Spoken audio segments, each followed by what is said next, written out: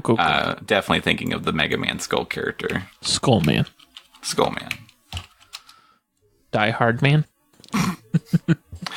Hot Cold Man? Once again, welcome back to our video game podcast. Kojima.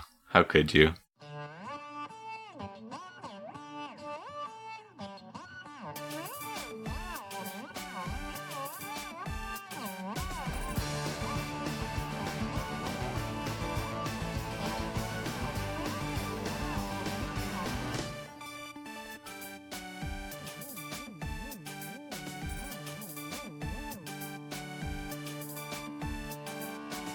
Hello, welcome to Double Issue, your game news podcast.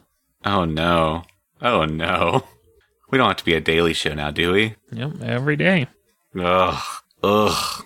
At least games are just a regular trash fire, and all you have to do is just, stir at the top every now and again to get a new story. Yeah. No. We don't do games, we do stories in a superhero universe. Yeah, we do. We really do. Yeah, and it's of my opinion that the larger comics industry, all the Marvel movies, it's big stagnation. We're the only things fresh in this pool. I mean, except for all the indie press superheroes. Nope, stagnation. I mean, as long as you don't count, zines and Dark Horse still indie. I feel like they're too big now. They've got movies. Image. Yeah. Image still small? I don't know. There's, those kind of comic labels are somewhat for indie creators. But yeah. I wouldn't call, them and, Oni Press, and there's a bunch of different ones like that are sort of like indie publishers, but not the company. I don't know. Comic book industry is weird. Yeah. We went to a comics panel, though, to learn how to make comics. Yeah. That was fun. It was interesting. Yeah. Heard Charles Martin talk, and it was at Jerry Bennett. I'm not sure. I can't correct you this time. But yeah, it was at the Skirvin. It was really fun. Yeah. So look forward to the double issue comic coming soon. Oh, that's going to be a lot of work. Do we introduce ourselves? Hello, we're Double Issue. I'm Quentin. I'm Issue. Daniel. We're here to rocket you through into a comic book hero universe of our own making. Yeah, a shared universe that we create through stories and talking. A story exploration podcast. And today we got some stories about you. That's right.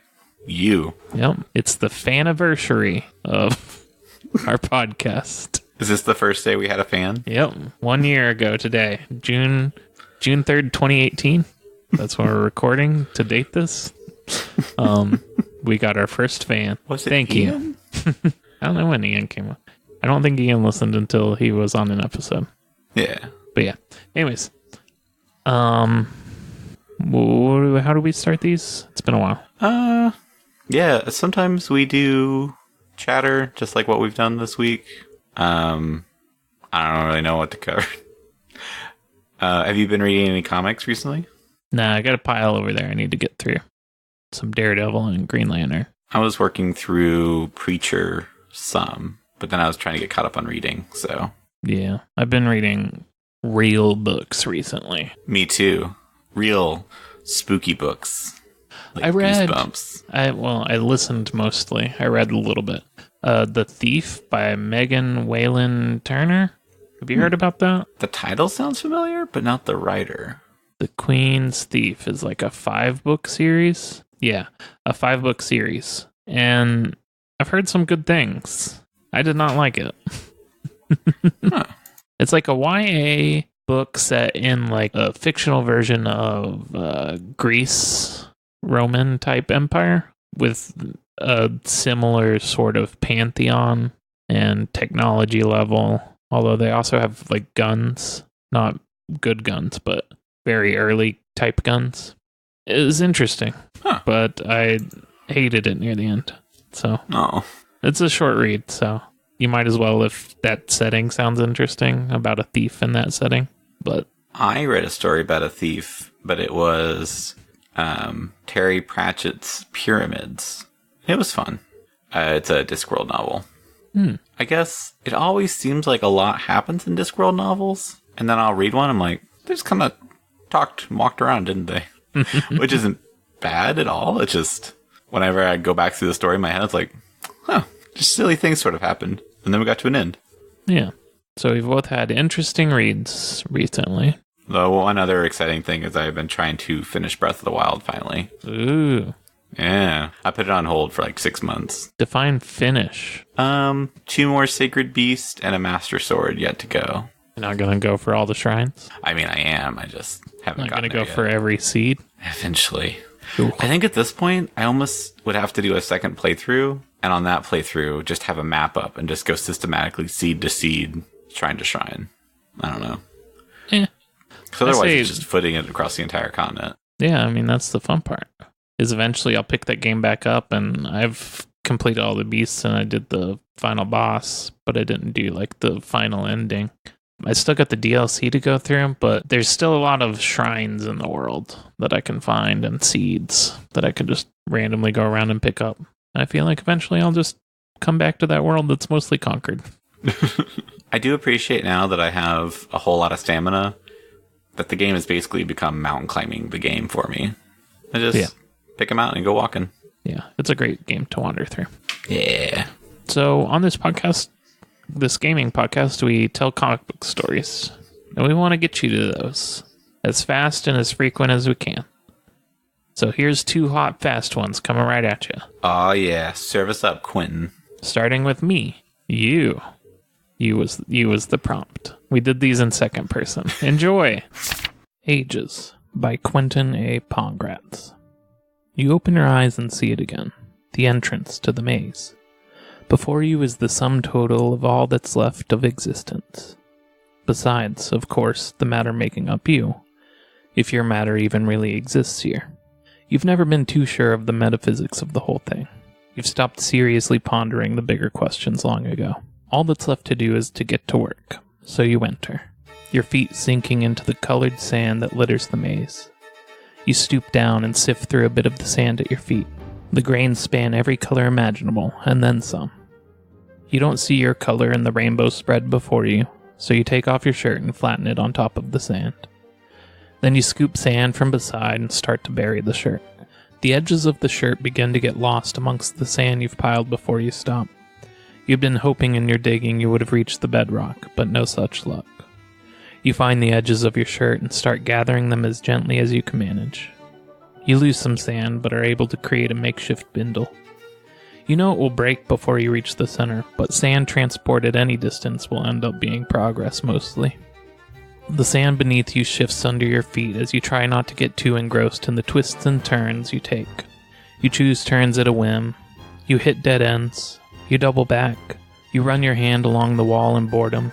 Your shirt drops its sand and you stop to reassemble it. The day has turned to night and the night into day so many times that even if you had been counting, you would have lost count by now. You knew it wasn't a real sun and moon that chased one another in the sky above the maze, but you did wonder if it marked time in a way you were familiar with. It doesn't hurt to wonder about the mysteries of this place, but you know it doesn't help either. Not really. Your thoughts won't distract you enough, and you'll end up learning the paths of the maze, and once you do, the walls will shift. However long it takes, you make it to the center. A circular room with a well at its center. A wooden shelf and chalkboard hang from the wall. On the shelf is a piece of chalk that will never shorten, a small plastic pail and shovel from a beach playset, and an empty glass jar. Your break room. When endless nothingness rules your existence, sometimes it's nice to have a sit down. Not now, though. It's still early. You take your shirt and drop it into the well. It would carry more than the pail on the shelf, but it will continue to break, whereas the bucket will not. You had tried so many different ways of carrying more than the pail will allow, but everything else breaks down sooner or later. The more it can carry, the sooner it will do so. You recall a time you tried to push all the sand to the center. Got down real low and made scoops out of your hands and just plowed forward. It would have tired you out so much more than any normal method, but you don't get tired here. You were using the rules of this place against itself, you thought. But the maze shifted, and that pile of sand you had moved so efficiently was suddenly at a dead end, and further from the center. You think this is part of the punishment, though why exactly you're being punished is something you could never pinpoint. You leave the pail on the shelf and start grabbing handfuls of the prismatic sand and tossing them towards the well. You like to get the center cleaned up first.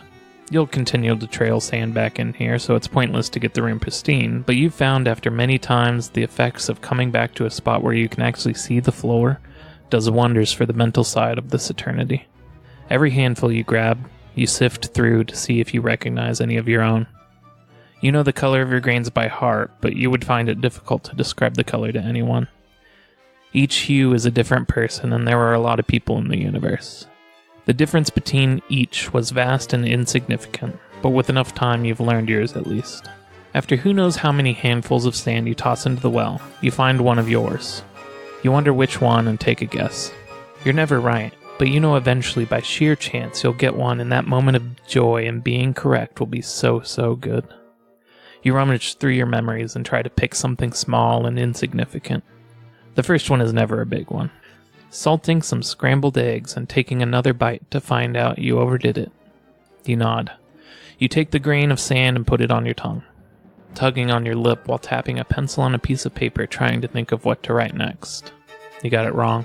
Oh well. You stand up and walk over to the glass jar on the shelf. You pull it off and spit into it. No liquid in this place, so out rockets the single grain which clinks around the jar before settling at the bottom.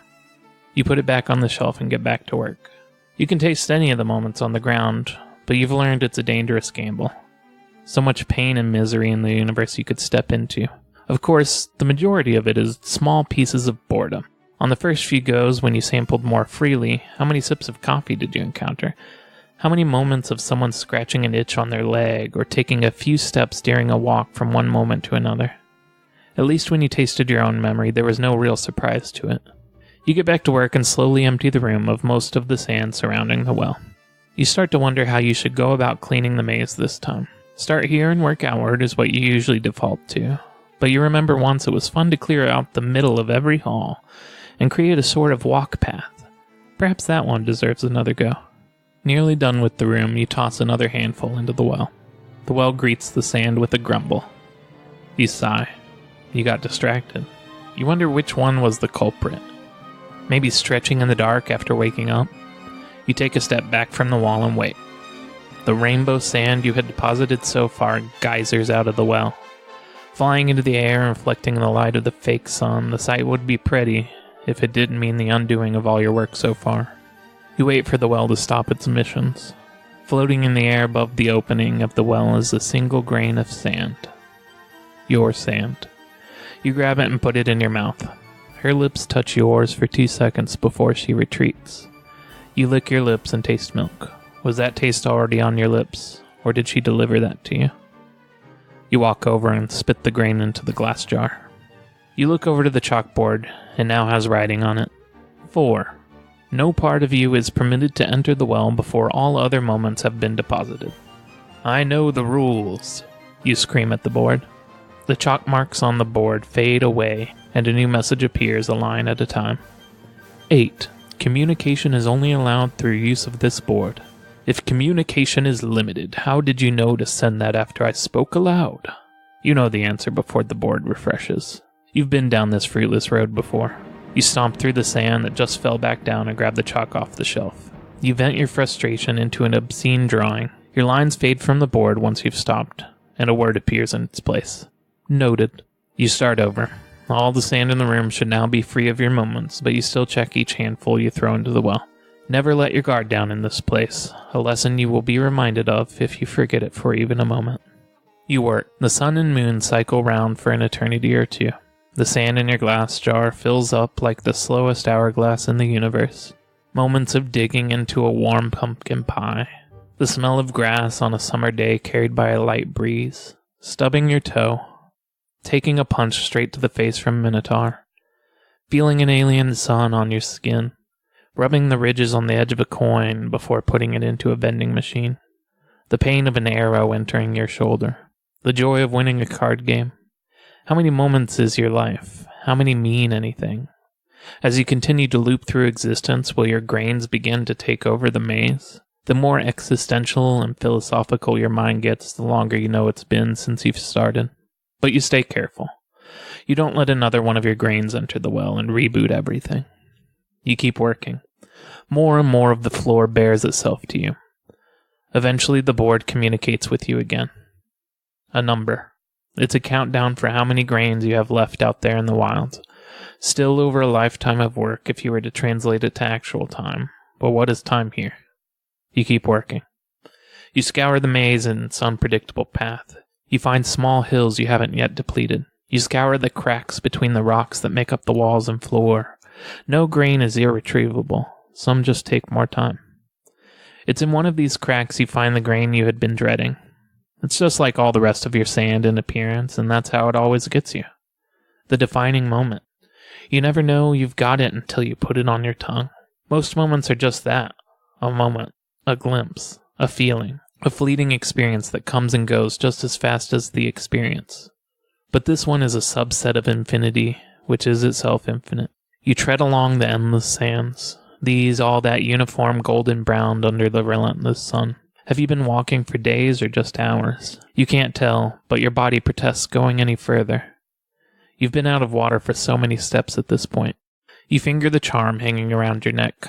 An orb with, perhaps pointless, adornments. Inside the orb, water. Glorious water. You could open it up, pull the cork and drain the water into your mouth. You stop walking and imagine what the water must taste like at this point. If you don't drink the water, you'll die anyway, so it's probably fine to tempt the fates and brave whatever the charm is supposed to keep from getting you. You put the orb to your lips. Water separated from you by a thin layer of glass and nothing else. You shudder. With anticipation? Or with fear of whatever the trinket is keeping at bay. You let go and let it dangle once again from your neck. You keep walking, and just before you collapse, you see the well. The simple stone well has neither a top to keep sand from entering it, nor a bucket for retrieval of what's inside.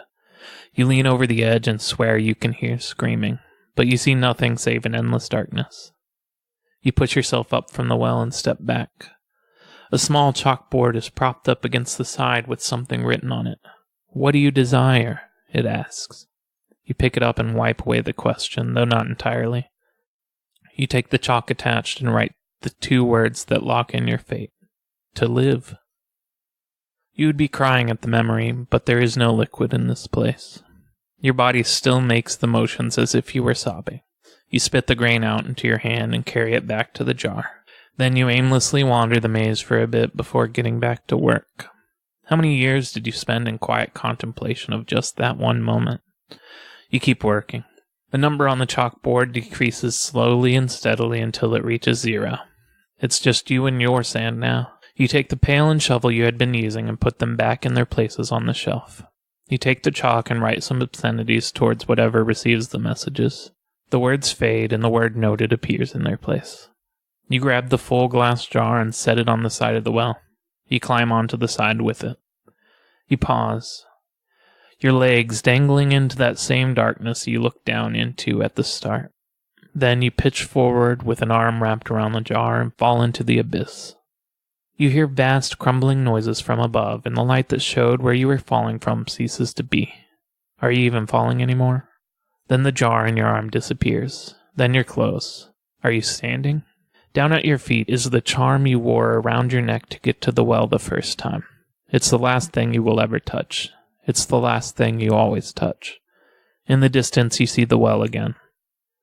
You look the other direction and see where the charm began its journey.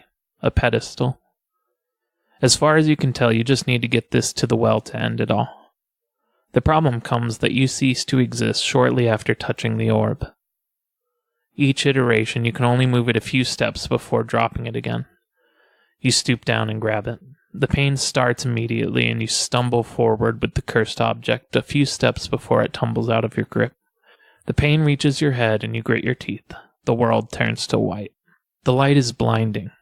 You remember wincing the first times you experienced it, but you know it's coming now. You fight your body and try to keep your eyes open as long as possible. Tears well in your eyes. Or maybe they don't. No liquid, of course. You fight against your eyelids, but after some time the light is replaced with darkness. Did you close your eyes, or did the light just end? You feel your body again. Your legs and arms constricted, buried, you suspect. Something shifts across your face. You open your eyes and see the familiar blue sky of Earth, obscured by only wispy clouds and the branches of trees which have shed their leaves.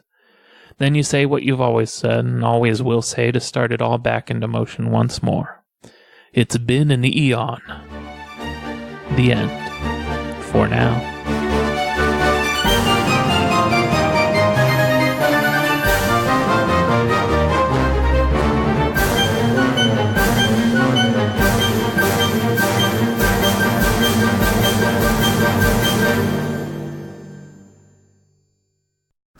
And we're back. I feel had. I think you should feel have, because now you are richer. Oh. Wait, that's dirty. Dirty trick. But yeah, that entire story, I thought it was klepsomia the whole time. Oh. It's like, she deals with sand. This must be like Sand World, or Haverse that we've talked about. Yeah. And then at the very end, just, oh, it's an Eon story. Yeah. I like that he just pops up in stories and just, oh yeah. But really, he's got a pained eternal existence. Oh. And every time somebody murders an Eon, he just has to go back? Yeah. Aw. Yeah. I don't know if he gets murders or just goes to sleep for a bit or what. Yeah. But he's just constantly looping the timeline. Okay. Is he like cursed because of something with the amulet orb? I guess he doesn't remember. He doesn't know. It's well related. I tied it in with the well. Oh, that well. Yeah, the power well. I was like, right. We've already got 2 immortal characters from the power well. Maybe that's what the well does. It's just like a time well. Yeah. I don't know. It seemed like a weird way to add gravity to a silly character. Yeah. I was this close to doing a story about Ronnie Rage as you. We are all Ronnie Rage. And getting like my goal with that one was to get like halfway through the story before I did the voice. Where you're just, who am I? Like that's mainly what I wanted to do with this. I wanted to take the you concept and go, who am I? I also Who are any of us? I thought about doing like small vignettes and just being the top, my story being, who are you? And doing like a paragraph or 2 where I put you in someone's shoes and then say, who are you? But those are the stories that will never be. Oh. Because I did this one.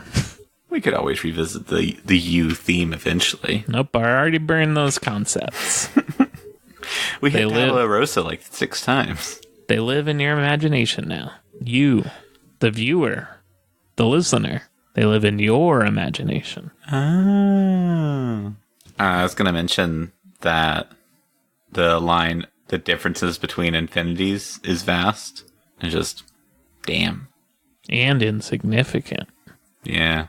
That's one of those big philosophy things that I think people get really hung up on. But I feel like, I don't know. It feels like a really nice thing as people are like, oh, like space is so big. How do you feel significant? And it's just, that's a good thing. Like, you don't want to be the hero of the story who has to sacrifice it all. Yeah. I mean, ideally. I was thinking of, while writing this story, the fact that if you take numbers and you just start counting up, like 1, 2, 3, and you just go on forever, that's infinity. Yeah. But then if you take only the even numbers and you say 2, 4, 6, 8, and you keep counting forever, that's also infinity. And they're the same amount because for every value in one, you have a value in the other forever. And like mathematically, there is no difference between those two. But it's like, on a fundamental level, you think, but one of them's half as big. But they both go on forever. And so there's like a vast difference between the two infinities. But also it's nothing because they both go on forever. Yeah. Yeah. There's a joke about a mathematician and an engineer playing a game show. And the game show host says, for every question you get right, you'll move half as close to the pedestal with a pie on it. And for every question you get wrong, you move half as far the distance back. And the mathematician thinks for a second, just gives up. It's like, I'll never reach the pedestal because I'll only get half as close every time. And the engineer's like, I'm still in because I'll get as close enough to eat the pie. Yeah. Math is good. Yeah. I love math. Oh, that silly bunt. Math. Yeah. Do you have any other inspirations for it? I was thinking how big space was, and it's scary because of the 3-body problem. Oh, And I was like, I mean, that tweet, like, cosmic horror is just, imagine an old and big thing. And I was like, okay, I imagined it. And then they say, well, this is older and bigger. And I get scared. I don't know, just imagine how long time could be. And then that's only one little bit of moving the orb slightly closer to the well. But yeah, I was just kind of like contemplating vastness and scale from 3-body problem, and Outer Wilds delves into it some.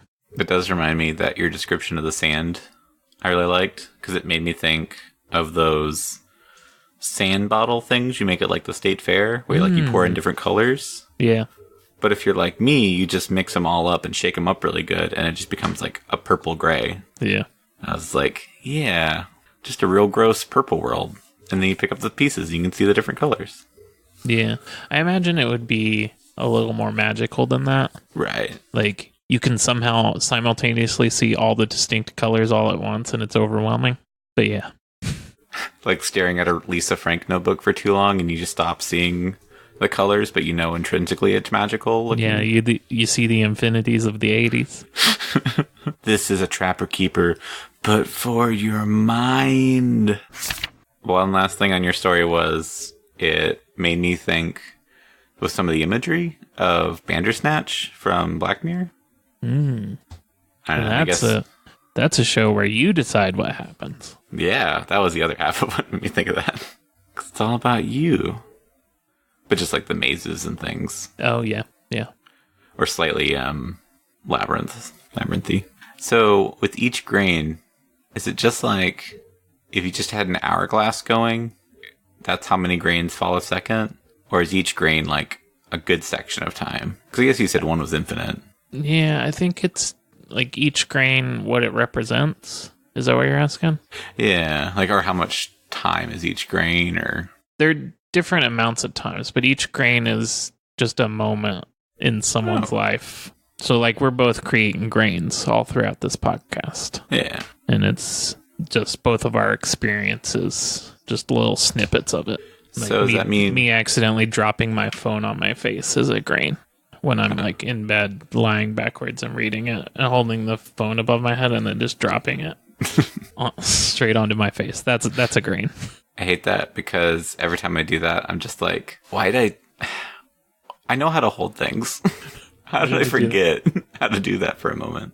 I never, like, flinch harder than when I do that. Like, like, I'm sure if I had a camera set up to show how my body moves in those moments. Like, I dang, did it again. That just reminds me, I used to have very vivid falling dreams. Oh. And whenever, like, because I was having a bunch of just dream problems when I was a kid.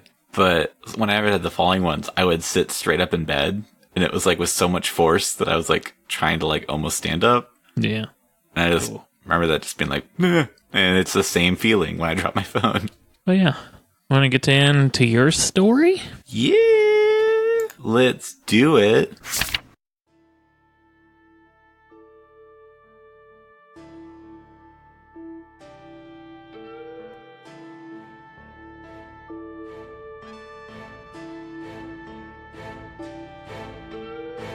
Henchman for Today by Daniel J. Poole. You start your day as you have started every day. You awake before dawn to the barracks alarm system blaring. You and 49 of your squad mates wash, dress, and eat in synchronized motions. Besides slight variations in height and bulk, you are all identical in your black jumpsuits. A fishbowl-shaped plastisteel blast helmet hides your features. A cloudy coating makes the world outside muted. Your squad looks like a stream of bubbles bouncing down the halls of Mount Doom. Your unit is just one of a few dozen that work for Shadow Doom. With the exception of the scientist being held prisoner, there's no one else stationed here. You haven't actually seen the boss since his rousing speech at Convocation. He sounds exactly like every other villain you've worked for. Charismatic, with a world-saving plan that requires stopping a single superhero. At least his nemesis is Amy Dangerous. This assignment should be notable, or at the very least, quick. Today you're stationed to watch the perimeter. The mountain base is located at the newly formed Arctic volcano cluster. The only action you've seen since starting was the ice heroes trying to refreeze the area. Thick drifts of snow clash with dull reds of the lava flow. Now the watch is boring, as there's nothing else but white snow and the same slow-moving lava as the day before. Your watch partner, Chuck, keeps trying to tell you about this book he's been reading. Countdown to Smackdown, My Heel Turn. At first you were interested. It sounded like fun. It talked about Count Smackdown's early days as a super fighter. It gets a little boring after his first arrest. Chuck, however, seized your interest and won't stop talking about wrestling now. He has even given you moment-by-moment updates about his progress in the book. He spoiled the big reveal that the Count only turned evil because he's cornered by Guardian Garth. Now Chuck keeps saying he's going to be a wrestler. He says he's going to start a CrossFit routine. For real this time. He keeps trying to get you to join. You're starting to lose your temper with him. How could he just keep going on like this, you wonder? As you're preparing to yell at him, there's a flash of light in the darkness ahead of your post. Chuck calls it in, but he doesn't actually seem like he's interested. He says it's probably just another drone from the lab testing the perimeter defenses. Deactivated drones litter the facility. Mounted sonic turrets on the base pick the robots off easily.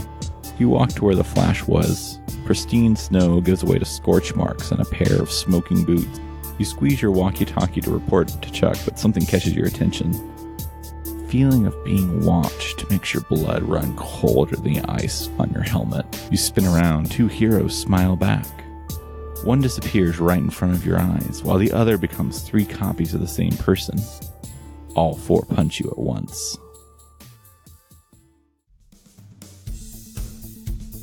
You start your day as you've started every day. You awake a little after dawn to the bugler blaring revelry. You and 31 of your squad mates wash, dress, and eat as you have time. Besides slight variations in uniform color, you're all similar in your robotic armor. Plasteel skull helmets cover your heads. The red displays make Skull Complex look like a Virtual Boy game. The armor is left over from the 80s and it's in need of repair. Combined with the red displays, it makes working for Skull King feel like you're stuck in a poorly rendered video game. Your unit is just one of 2 that work at Skull Complex, with the exception of journalists being held prisoner. No one else is stationed here. You haven't actually seen Skull King since his boring speech at orientation. He sounds nothing like any other villain you've worked for. He has a dull money-making scheme that requires stopping a single hero. At least his nemesis is Guardian Garth. This assignment will at least be quiet, since he's retired. Today you're stationed to watch the perimeter. The subterranean base is located in the Ash Barrens. The only action you've seen since starting was the kaiju passing through to the Citadel. Thick ash drifts clash with the vibrant yellows of the city lights. Your watch is boring. There's nothing but gray rubble as the day before. Your watch partner, Chuck, keeps telling you about this book he's reading, My Magnificent Malice, an Era of Evil with Baron von Kill. At first you were interested, but now you realize you've experienced all this before. It feels so familiar, like deja vu or tuna casserole 2 days in a row. It feels distinct, yet so close to a dream. You tell Chuck to stuff it. You listen to the Barons. A flash of light grabs your attention. This time you call him back up. You run to where you saw the light, but this time you don't wait to turn. You fire at 2 people hiding behind a pile of broken cinder blocks. You shoot at 2 copies of Split. She cries out and collapses back in on herself. You turn to shoot double take, but your skull ray's gone. You're holding a copy of Count Smackdown's biography? You stare at the cover in disbelief. You realize your helmet's missing too. "Hey, dummy," says Double Take. You turn in time to catch the butt of your skull right to your temple.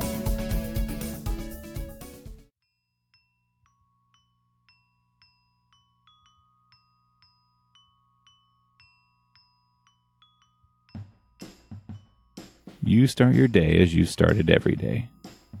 You wake around noon to the notification on your smartwatch.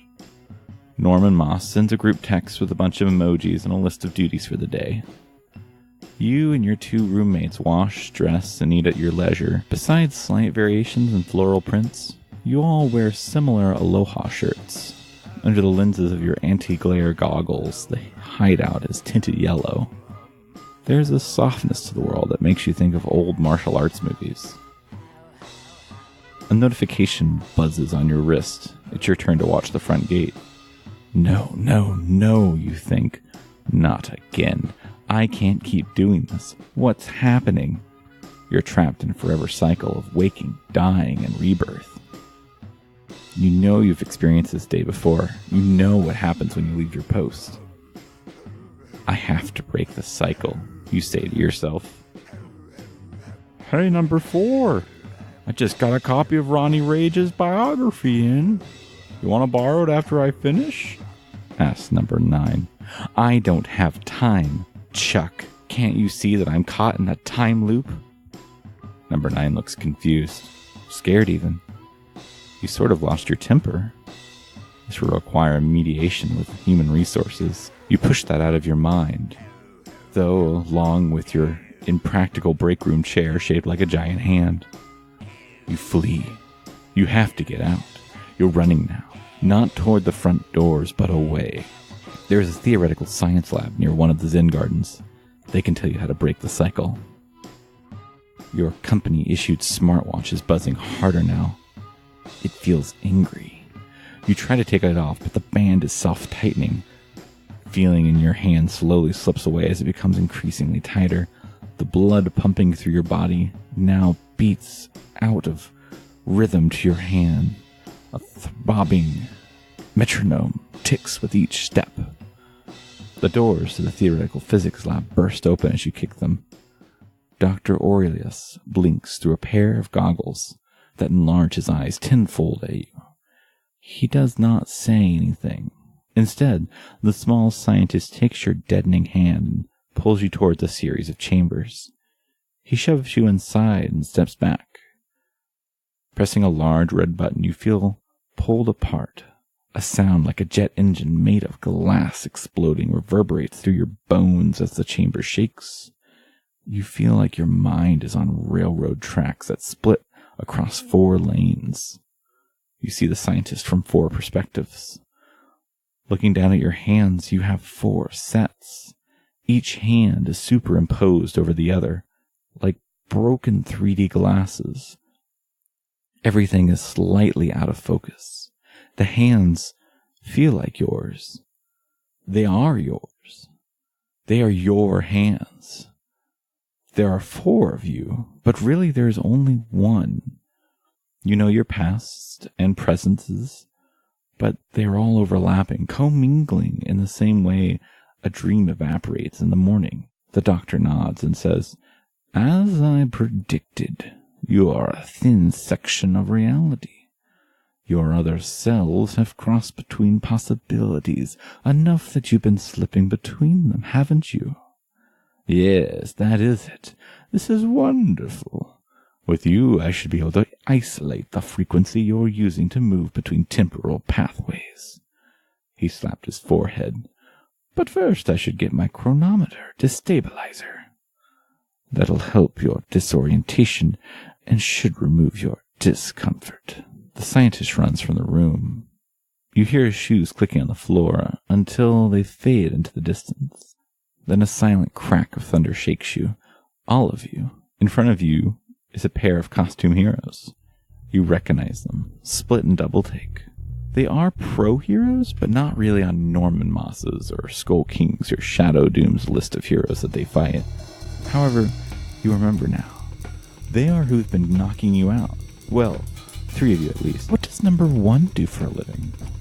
Credit collections officer for student loans? That's right. Just about the same thing as a minion for a super evil villain. Well, 3 of you think in unison. Nearly, but you are still uncomfortable being related. Temporarily. There you are.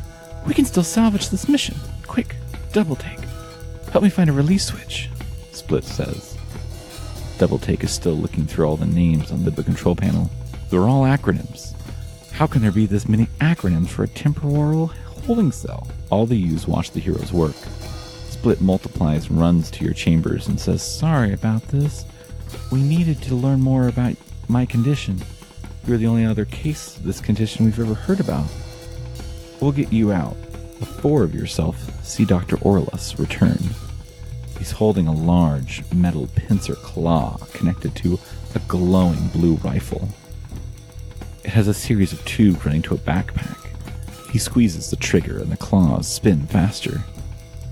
My apologies, friends, but I'm not taking new patients at the moment. I should have known you were behind Professor Ouroboros, the Splits say. Ouroboros pushes up his glasses and says, I am a victim of timing. Double Take and the 3 Splits fly into action. They take wide swings at the scientist in a dazzling shower of punches and kicks. The older scientist daftly dodges them, like they're moving in slow motion. He makes a stab at Split. The claw swipes through her. You see her try to rejoin her clone, only to smack into herself. The pair stare at one another in confusion. Double Take slaps a button on the control panel and the glass chambers open for the 4 of you. Without a second thought, all the copies of yourself fling themselves at Ouroboros. Double Take and the Splits fall back. They shimmer and fade, but have trouble shifting out of the timeline. Your fist connects with the professor, and his claw passes through yours. You feel the connection to your other yous evaporate. Now each of you is singular, individual. Everything melts into blackness. You started your day as you've started every day since as long as you can remember. You awake in your room as you always have. You wash, dress, and eat in the same way you always do. You had the strangest dream about superheroes and supervillains. It all seemed so real, like it really happened. You know that is silly, though. Those only exist in comics. You are yourself, and not for other people. You are who you are, and not the henchman for an evil overlord or loan financer. Or are you? You're still sleepy-eyed. The world is just as it's ever been for you. As you prepare for your day, you think you see a pair of people watching you from just outside your vision. You turn to see them, but it was just your imagination. Everything is normal, just like all the times before. At least for you. The end. For now.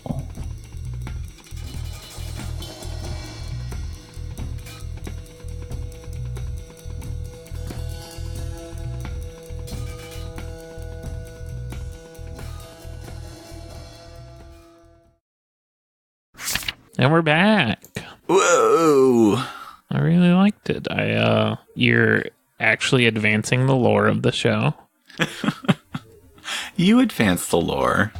We got some Eon backstory. It was like a vast and insignificant portion of the story. No, we got some more Split and Double Take, like characters we actually care about. I gotta do another weird villain origin story, like what's that one? Norman Moss's background. For Dr. Ouroboros. Oh yeah. That's my next story. I'm gonna really dial into what makes Doctor. Is it Professor or Doctor? I think Doctor. I have my note. Professor Ouroboros. Or however you say this word. Ouroboros. Good luck reading it. Oh, jeez. I'm just telling you right now, I'm just going to pick, and that's how it's coming out. So, Like I'm sorry. Archibald, we're going to have Professor Ouroboros. Ouroboros. What was it? Oh, there was some newscaster the other week, and he was like, he was reporting a really serious story, but he's like, horror tonight as another mass suicide or mass shooting in yep. And just in the middle of the story, it's just, dude, did no one coach you on that? What's that one Lisa shared? It's like the woman just completely whiffing reading a random name. Mega doo-doo. Oh, yeah. I'm gonna spice that in. And hundreds gathered today to say their final goodbyes to this fallen Louisville police officer, D.D. Megadoo-doo. But no, it was just horrifying because he was giving a very straightforward talk and then just, nope, that's not how you say that city name. But yeah, no, it was a. I knew about your concept going in, that it was like this guy keeps waking up, or this character. It could be, you could be male or female, whoever's listening. Oh yeah, mine's a specific character, but yours is kind of a amorphous you, which actually fits the prompt a little better, I think. But it was neat how that actually tied into a villain. Oh yeah. Like I don't know what I was expecting, but I didn't even think of that side of it. I started out on this because I wanted to be super lazy, and I thought it'd be really gross to repeat the same section a couple of times. And I was like, a time loop would do that really well. And so I did that, and I was like, well, now I feel like I found something else to talk about here. So this story was really terrible first draft. But yeah, we get a little bit more split and double take, which is always fun. Yeah. I felt a bit of like Venture Brothers inspiration in this. Was that any of it? So you asked that, and I was like, what? No. And I was thinking, it's like, I think that's right when I started rewatching Venture Brothers, is when I wrote this. So I think there's some in there. Especially when they're calling each other by numbers. Yeah. I went, wait a second.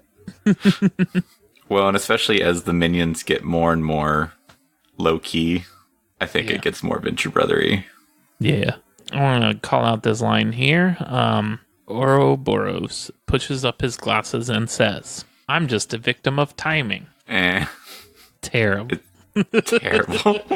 But I don't know, I really liked how it actually wasn't just in second person. It was the actually you. Oh, yeah. At the end, I went, oh shoot, that me. You listening to this podcast, you look over, see split and double take. Look at me. Now look back at your podcast. Now look back at me. But yeah, it was very fun. Oh, thanks. And now I can take Professor Ouroboros and do a weird time thing with him in my villain exploration of the week. I appreciate that he's just like a sub-villain too. So he's just out there to play with. How do you mean sub-villain? Like he has a submarine as a vehicle? I mean, now he does, obviously. No, but what did you mean? Oh, like, since he's just like a villain that works for another villain. Oh.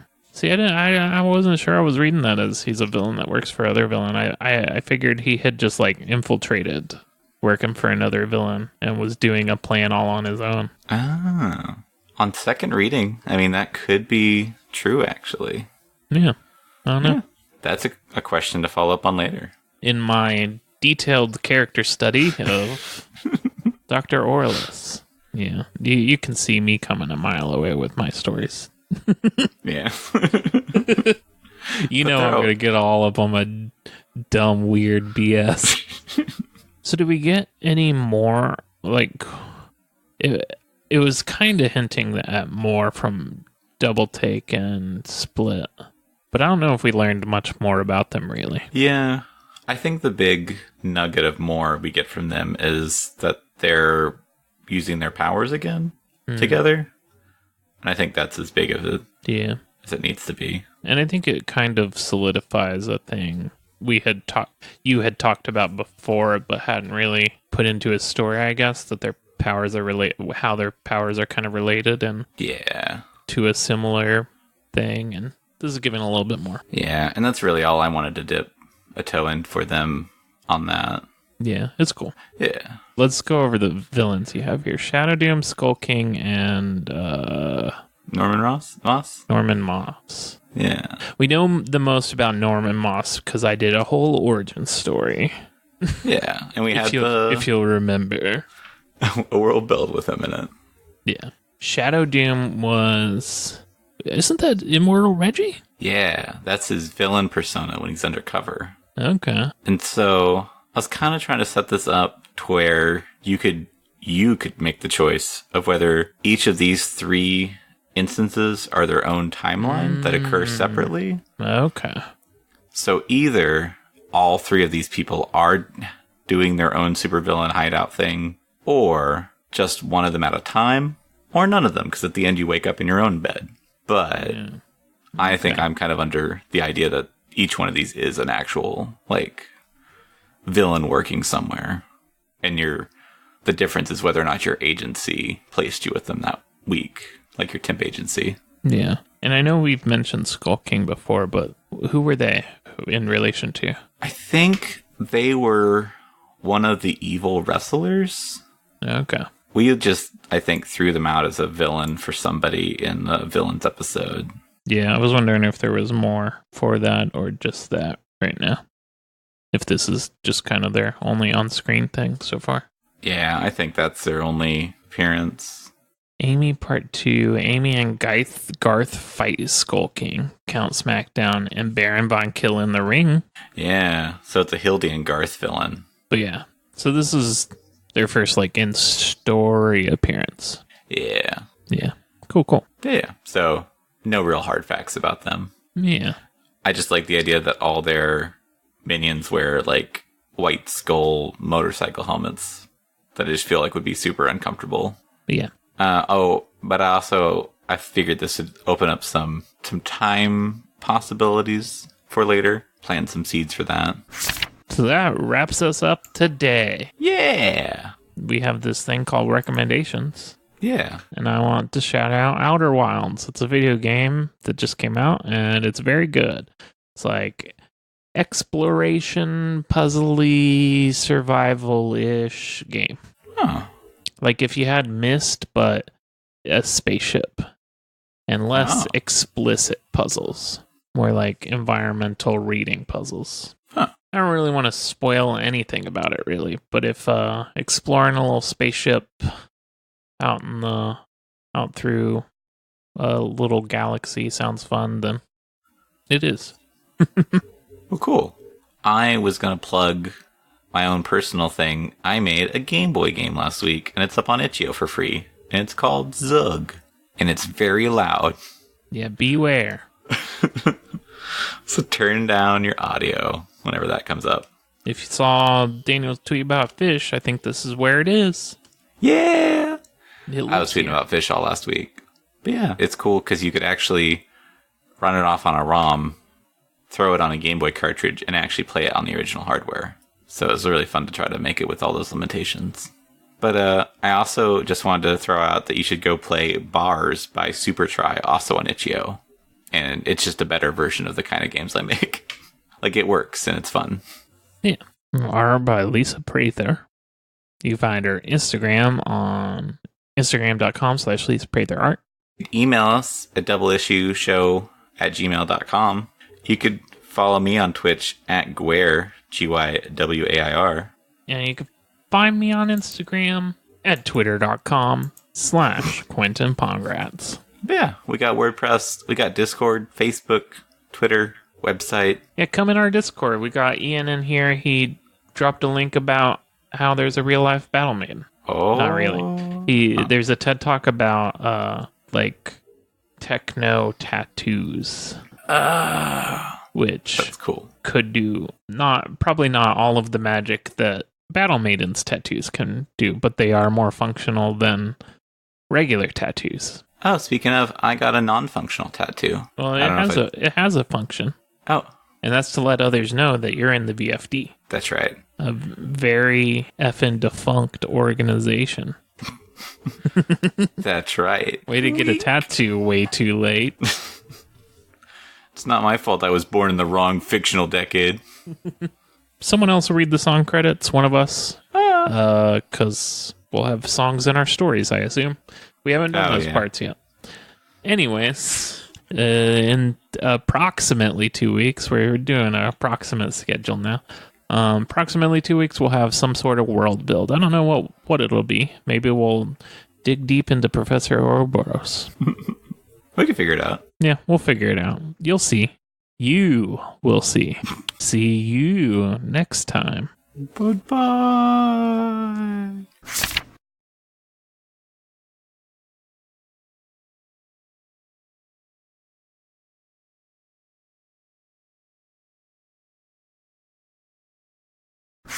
Blow and co-founder of Three Knots, Sam Brown, have a conversation about how the indie game scene has evolved and changed throughout the years, and why Blow believes that things haven't progressed all that much since the 80s. Blow consolidated that success in 2016 with The Witness, but feels the initial promise of that heady time has gone unfulfilled, stating that game development has stagnated in the years since. Ugh, what a bad take.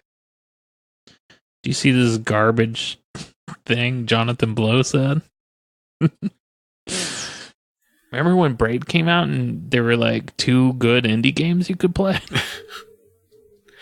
Well, it's what I got so excited for whenever Minecraft was first coming out. It's like, yeah, now there's going to be indie games and they can be super awesome and get popular. And then Notch became terrible. It's just, why? Oh, yeah. Why couldn't you just be normal, Notch, and not be terrible? For example, I was looking through a video game magazine, and there's a large image on that page from some upcoming RPG, a single-player RPG that everyone was excited about. The screenshot was like a bridge with some guards, typical RPG scene. The design of the bridge, I could tell now that I was thinking about this, was like a tiny footbridge, but it had been scaled up about 10 times. It was just like this massive tiny footbridge, and it just looked naive. What? You just dropped out. Not repeating that. Oh, okay. Oh, but now he's moved on to creating a new programming language as a replacement for C++. Oh, okay. Yeah, he's been doing that on stream. Oh, okay. I think he's good at what he do, but yeah, I think his way of thinking about the world isn't as profound as he would like to believe. Yeah. I think Braid was amazing. The Witness was amazing.